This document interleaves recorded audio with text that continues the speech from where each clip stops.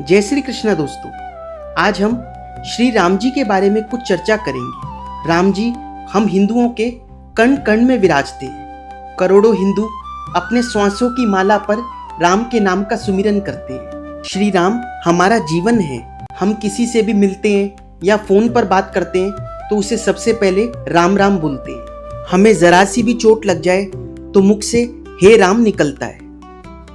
और जब इंसान की अंतिम यात्रा निकल रही होती है तब भी लोग पीछे से राम के नाम का ही सुमिरन करते हैं। ऐसे में कोई हमारे राम जी के बारे में कुछ भी उल्टा सीधा कहे तो मन को पीड़ा पहुंचना बहुत स्वाभाविक है।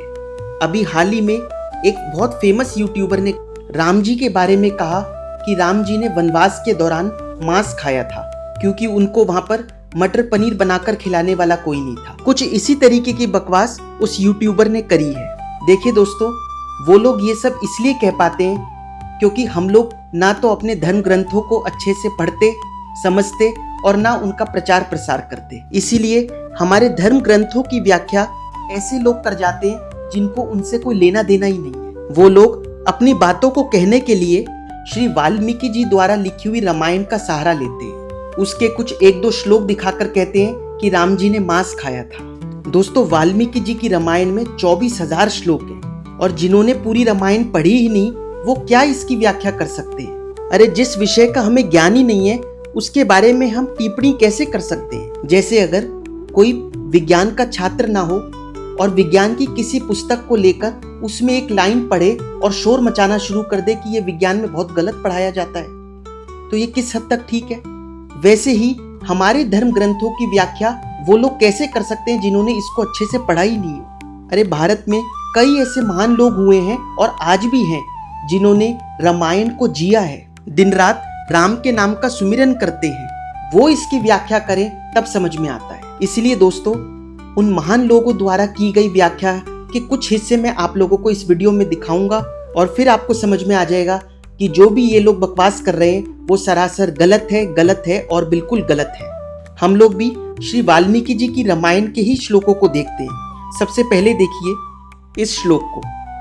चतुर्दश ही वर्षाणि वत्स्यामि विजने वने कंदमूल फलेर जीवन हित्वा मुनि वदामिशम। ये श्री राम जी वन के लिए जाते समय महाराज दशरथ और महारानी कैकेयी के प्रति कहते हैं। इसका क्या अर्थ है?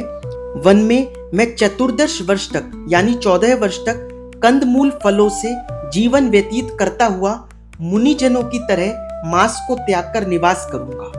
ये राम जी अपने माता और पिता के सामने कहकर जा रहे हैं और ये भी दोस्तों वाल्मीकि जी की रामायण में ही लिखा हुआ है। एक और श्लोक देखिए जो वाल्मीकि जी की रामायण में ही है, ये आपको यहाँ पर स्क्रीन पर दिख रहा होगा। इसका अर्थ है वन में कंदमूल और फलों का आहार करते हुए ऊंचे पर्वतों, कल कल बहती नदियों और सुंदर सरोवरों के दर्शन करते हुए मैं उस विचित्र वृक्षों वाले वन में प्रवेश कर बहुत सुखी रहूंगा। अतः आप निश्चिंत रहें और शांति प्राप्त करें। ये श्री राम जी कह रहे हैं, ये भी वाल्मीकि जी की रामायण में ही लिखा हुआ है। दोस्तों, राम जी मर्यादा पुरुषोत्तम थे।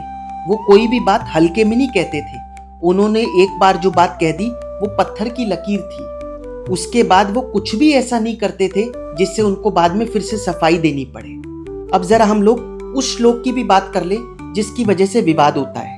एण्यम मां समाहृते शालाम यक्षा महे वयम मृगम हत्वा नये क्षिप्रम लक्ष्मण ने शुभेक्षण। इस श्लोक में जो दूसरा शब्द है मां समाहृते, इससे मांस की प्रवृत्ति सी प्रतीत होती है कुछ लोगों को, लेकिन पूरी रामायण पढ़ने वालों ने इसकी व्याख्या कैसे करी है, इसमें दो शब्द हैं, एक है मां और एक है समाहृते। अब इसका पूरा अर्थ क्या है? मां किसके लिए आया है? सीता जी के लिए। समाहृते मतलब सम्यक बैठकर। तो इस श्लोक की पहली लाइन का अर्थ क्या निकलता है? मृगछाला पर बैठकर प्राणायाम करके मां लक्ष्मी रूप सीता को सम्यक बिठाकर हम शाला का यजन करेंगे। अब इस श्लोक की दूसरी लाइन देखिए जिसका विवाद होता है मृगम। मृग से कुछ लोग कहते हैं कि यहाँ पर हिरण की बात हो रही है, लेकिन ऐसा बिल्कुल भी नहीं है। देखिए, एक निघुंट करके वैदिक शब्दकोश है जिसमें संस्कृत के शब्दों का अर्थ दिया हुआ है। वहां पर बताया गया है कि मृग का क्या क्या अर्थ हो सकता है। मृगः पशो कुरंगे गजे च इति शब्द स्तोमः। तो मृग केवल हिरण को नहीं कहते, यहाँ पर मृग मतलब किसकी बात हो रही है? गज कंद की, यानी कंदमूल फल की। तो दूसरी लाइन का क्या तात्पर्य निकलता है कि हे लक्ष्मण, गज कंद को उखाड़कर शीघ्र ले आओ। अब हिरन को शीघ्र मारकर थोड़ी लाएंगे, हिरन वहां पर तैयार थोड़ी खड़ा है मरने के लिए। और अभी आपने पीछे के श्लोकों में देखा कि राम जी अपने माता पिता के सामने ये बात बोलकर आ रहे हैं, मैं किस तरीके से वन में जीवन व्यतीत करूंगा। तो उसके बाद कुछ भी गलत सोचना एक पाप है। इसलिए दोस्तों, मैं अंत में यही कहूंगा कि आप लोग भी अपने धर्म ग्रंथों को पढ़िए, समझिए और उसका प्रचार प्रसार कीजिए। जय श्री कृष्ण।